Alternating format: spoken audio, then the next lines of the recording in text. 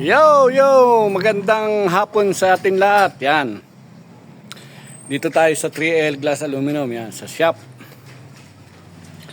Yan. Ito po ang kaganapan sa aming shop. At sobrang atumal. Pa konti-konti lang gawa. Yan. Tol, kapit lang tayo, tol, ha. Pero okay lang ba tayo dyan? Ayos lang. Yan. Tsaga-tsaga lang. At makakakuha ulit tayo ng magandang project. Sa ngayon po, yan pa lang po ang ginagawa natin, cabinet. Yung pintuan po, hindi pa natin nakakabit. Mukhang mabablatter na tayo nito. Yan, dito po tayo. Shuttle. Sa ilalim po ng cabinet yan, ng lababo. At medyo mahirap po. Naka-degree po siya. Ito po yung bisagra. Yan, ngayon dito po tayo. Ito naman po sa kabila. Hati po yan. Dito po may maliit na shop tayo ng aluminum. Habang atumal po ang aluminum. Sobra po. Halos nung kalimitan ay nakakagawa kami ng 30 bintana sa isang linggo. Ngayon po, 2 bintana, isang screen door na lang. Sobrang hina po sa dami po ng gumagawa ngayon. Ngayon po, ito po yung ating seal screen. Nililinis po natin ngayon yan. Yan. At medyo madumi na po yung pandikit hindi na po na At medyo marami po tayong gawa ngayon. Nasa 400 pieces po yung gawa natin ngayon damit. Puro seal screen po lahat yun. Nakabili na po tayong damit kahapon. Sa Divisoria po tayo manot para medyo mura. Ngayon, nililinis po natin yan. Yan. Malinis na po yung kabila. Ito na lang sa kabila ang hindi. Yan. Bali, meron po tayong 75 platen. Yan. Ito po isa, binabaran natin ng gas. Para mamaya malambot na po yung pandikit niya. May pandikit po kasi yan para po yung damit, di may kilos. Yan, lahat po yan, ako po gumawa niyan. DIY po yan, do it yourself. Yan. Ito po yung mga stock natin, aluminum, yan. Medyo marami-rami pa po. Mga gawa natin screen, mga pinto.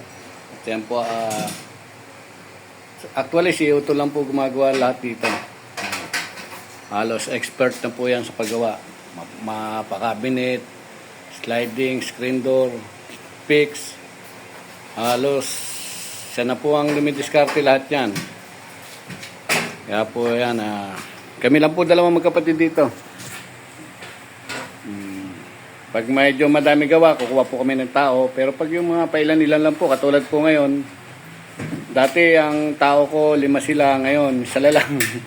At wala po masyadong gawa. Ngayon, ito na seal screen. Ito yung mga natin, pintura. Gumagamit po tayo ng quality na pintura, Tulco. Yan. Napakaganda po ng quality yan. At number 1 po yan sa mga printing industries, yan Tulco. Lahat po yan, pati ito yung mga screen natin, sa Tulco po natin kinukuha yan. Ngayon, 25 platen po yan. Dahil pag dadagdagan pa natin doon sa dulo ng 5 para maging 30. Sasarado po natin ng 30 yan. Sa ngayon, ito muna gagamitin natin. At yan basa pa ng gas. At ito mga bibi natin. Yan po ay pagmamayari ng aking asawa. Nag-aalaga po siya. Mahilig po sa kahayupan yun yan, bibi. Una, 2 lang yan. Yung nag-iiklog, tsaka yung isang barako na yun. Ngayon, puro anak lang po yan. 4. Tapos meron pa po ditong 6, tsaka itik, 18. Kaya pag lilinisin natin doon sa dulo. Malinis na naman po yan Yung mga kadamula lang po sa dulo ang lilinisin natin para ngayon po, balik po tayo dito. Yan po, ako po lahat kumuha niyan. Yan.